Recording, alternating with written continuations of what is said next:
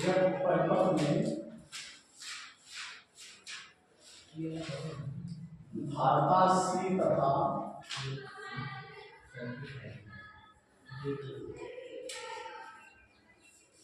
प्रतिरोध capital R श्रेणी क्रम में हो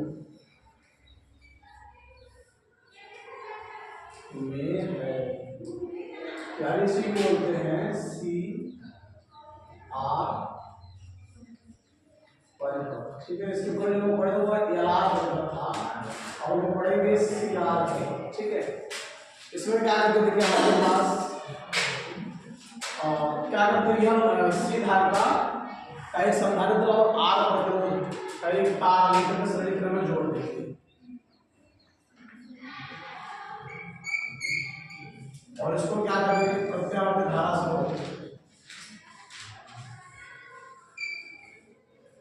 प्रत्यावर्ती धारा स्रोत V बराबर V0 साइन ओमेगा टी से जोड़ देंगे। ये धारिता सी है, ये प्रतिरोध आर है। मान लेते हैं कि यहाँ में जुड़ा हुआ है। ठीक है, मान लेते हैं जो ये धारिता है, धारिता के सिरों के बीच जो विभवांतर है वो BC है और प्रतिरोध के सिरों के बीच जो विभवांतर है वो कितना है VR। तो हम लोग जानते हैं कि जब भी किसी परिपथ में प्रतिरोध R लगा होता है तो प्रतिरोध R और धारा I, ठीक है ना, दोनों का जो प्रतिरोध के कारण जो विभवांतर VR होता है वो VR और धारा I दोनों क्या होते हैं समांतर होते हैं। ठीक, और ये भी जानते हैं जब किसी परिपथ में धारिता C लगा देते हैं उसमें क्या होता है जो वोल्टेज इसके सिरों की जो वोल्टेज होगा वो क्या हो जाएगा धारा से 90 डिग्री पश्चगामी, या इसका उल्टा बोलेंगे जो धारा होती है वो क्या होती है वोल्टेज से क्या होती है अग्रगामी होती है। ठीक है, धारा क्या होती है वोल्टेज से अग्रगामी होती है। ठीक ना, तो यहाँ पर क्या हो गया जो ये इसमें संधारित्र के सिरों के जो विभवांतर है और जो धारा है उसमें क्या विभवांतर क्या धारा से पश्चगामी है। ठीक है, इसका हम देखिए ग्राफ उसका ऐसे खींचेंगे, इसका ग्राफ की धारा आई हो गया क्योंकि ये क्या पश्चगामी वोल्टेज इधर क्या लेते हैं, इधर हम लेते हैं VR। ठीक, तो इसका पढ़ाई विभवांतर मान लेते हैं कितना है, जिसका कालांतर कितना है फाई है। ठीक है, ये 90 पश्चगामी इसलिए कितना हो जाएगा 90 आंसर है और ये हमारा क्या होगा इसका नाम हो जाएगा BC, क्योंकि जो वोल्टेज भी धारा से क्या है 90 डिग्री पश्चगामी, पश्चगामी में क्या कर देंगे नीचे तरफ से लगाएंगे। इसको ऐसे मिला देते हैं यहाँ से। ठीक, तो ये हो गया। अब हम लोग क्या करेंगे इसमें लिख लेते हैं, लिखिए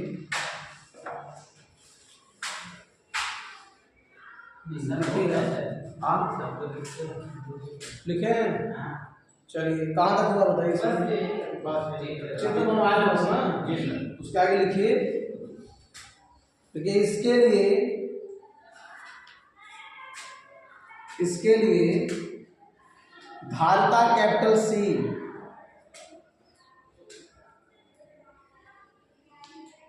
धारिता कैपिटल C के एक संधारित्र,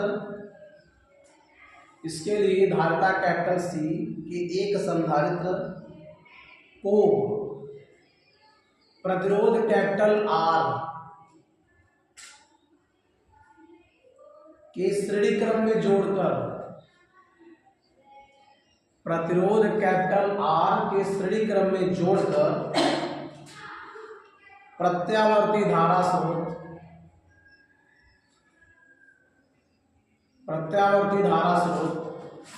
V बराबर V0 sine omega T, V बराबर V0 साइन ओमेगा टी से जोड़ देते हैं।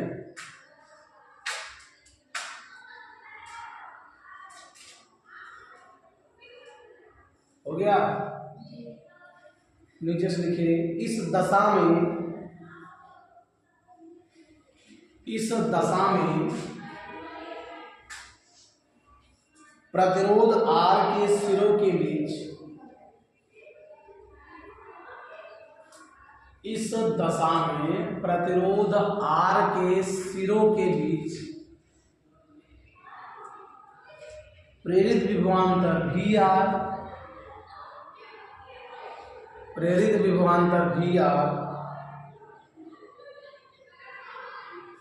तथा धारा I, प्रेरित विभवांतर VR तथा धारा I समान कला में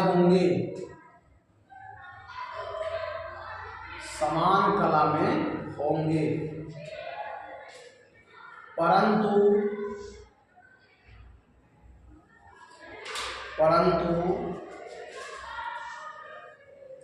धारिता कैपिटल C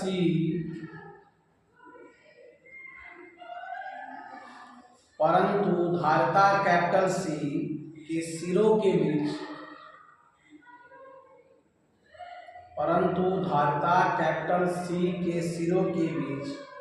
प्रेरित विभवांतर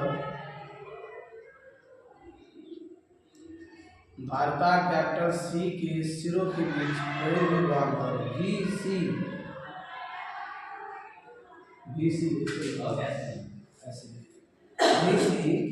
धारा I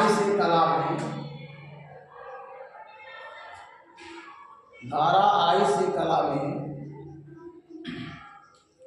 90 डिग्री पश्चगामी होगा, 90 डिग्री पश्चगामी होगा यदि VR तथा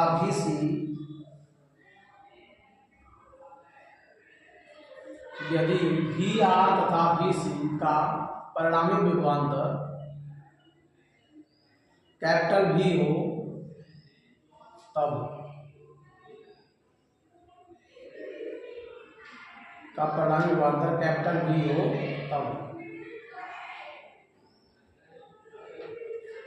देखिए क्या बताया गया, जब परिवर्तन का धारा C और प्रतिरोध R से मतलब जब CR प्रतिरोध होता है तब यह बताया, इसमें क्या करते हैं, कैपिटल C धारिता का एक संधारित्र और कैपिटल R प्रतिरोध का एक तार श्रेणी क्रम में जोड़ करके उसको प्रत्यावर्ती वोल्टेज V बराबर V0 sin ओमेगा t से जोड़ देते हैं। ठीक है, इसमें क्या होती है, तब धारा पूरे परिपथ में क्या होती है, धारा एक समान धारा बहने लगती है।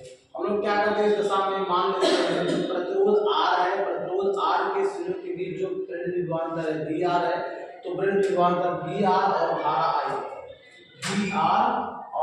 I दोनों क्या होंगे, समान कला में होंगे। ठीक है, हमेशा जब भी आएंगे कहीं पर भी आए विभवांतर मतलब प्रतिरोध के कारण विभवांतर और धारा दोनों क्या होंगे, हमेशा समान कला में होंगे।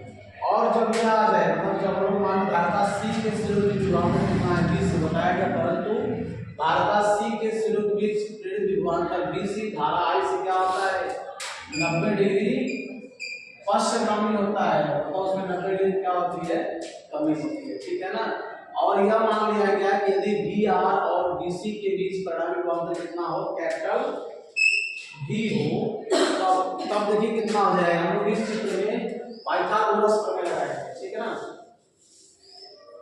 पाइथागोरस प्रमेय से क्या हो जाएगा, देखिए यहाँ पर देखिए यहाँ से मिल जाएगा लंब डालने से क्या हो गया, समकोण हो जाएगा, और ये कोण है तो कोण के सामने मिला क्या हो जाएगा, लंब हो जाएगा, बाकी जो शेष बचेगा वो क्या हो जाएगा, आधा।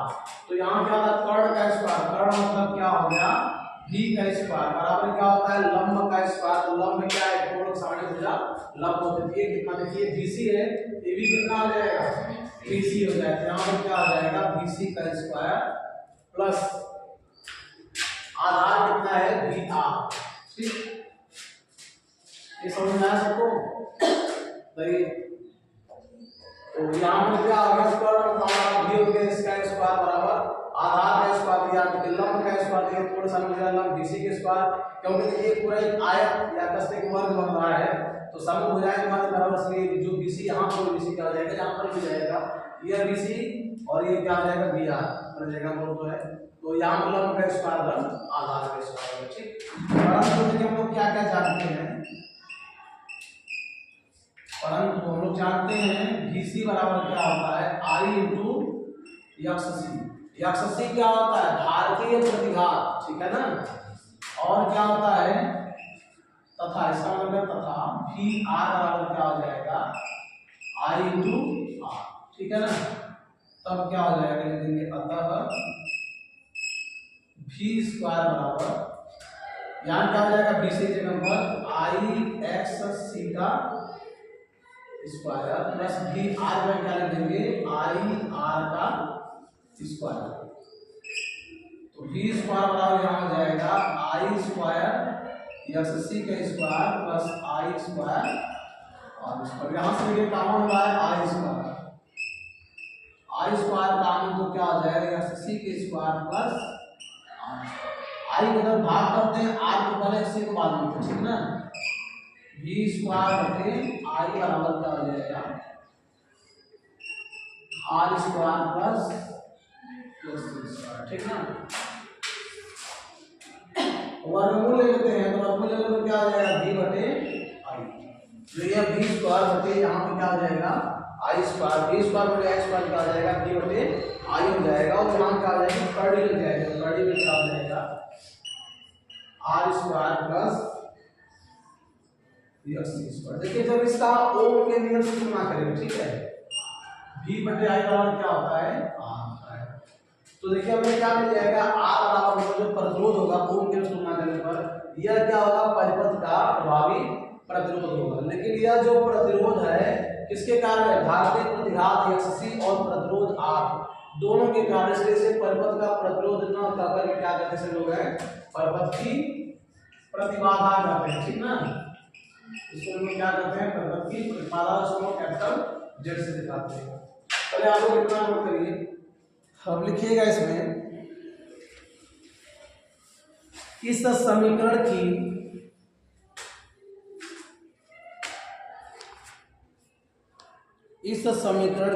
ओम के नियम से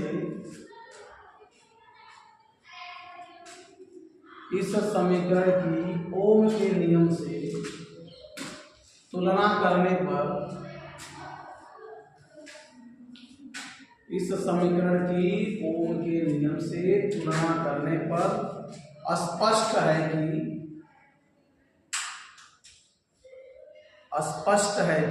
करड़ी में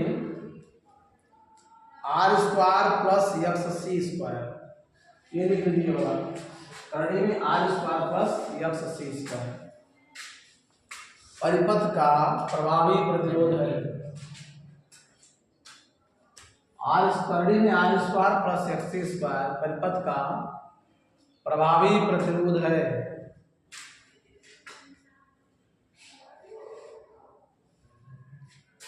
परिपथ का प्रभावी प्रतिरोध है, हो गया। चूंकि यह धारिता कैपिटल सी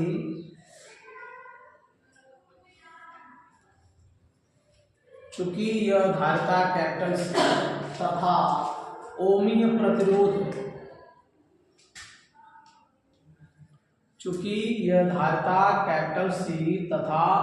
प्रतिरोध दोनों के कारण है,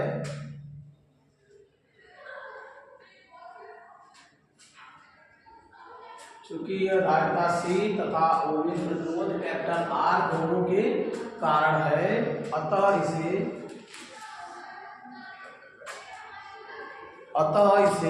प्रतिरोध न कहकर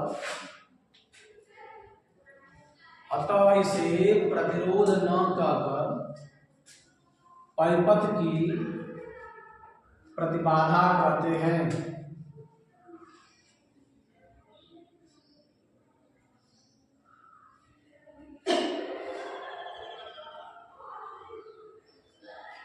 हो गया, अतः इसे प्रतिरोध न कहकर परिपथ की प्रतिबाधा कहते हैं। इसे कैपिटल जेड से प्रदर्शित करते हैं।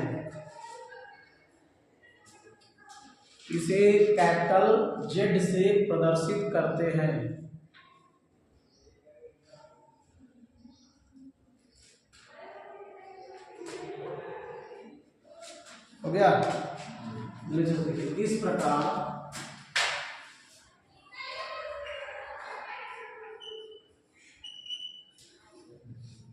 इस प्रकार सी आर, हाँ सी आर परिपथ की प्रतिबाधा कितना आ जाएगा, जेड इक्वल टू करड़ी में आर स्क्वायर प्लस एक्स सी के स्क्वायर, ठीक है। परंतु देखिए हम लोग जानते हैं एक्स सी क्या आता है, धार की प्रतिघात, और ये किसके बराबर होता है, 1 बटा ओमेगा सी, ठीक है। लिख लेंगे अतः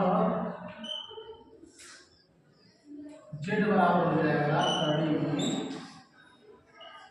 आर स्क्वायर प्लस एक्स सी का 1 बटा ओमेगा सी का स्क्वायर हो जाएगा। चलिए मैं यहाँ ऊपर लिख रहा हूँ,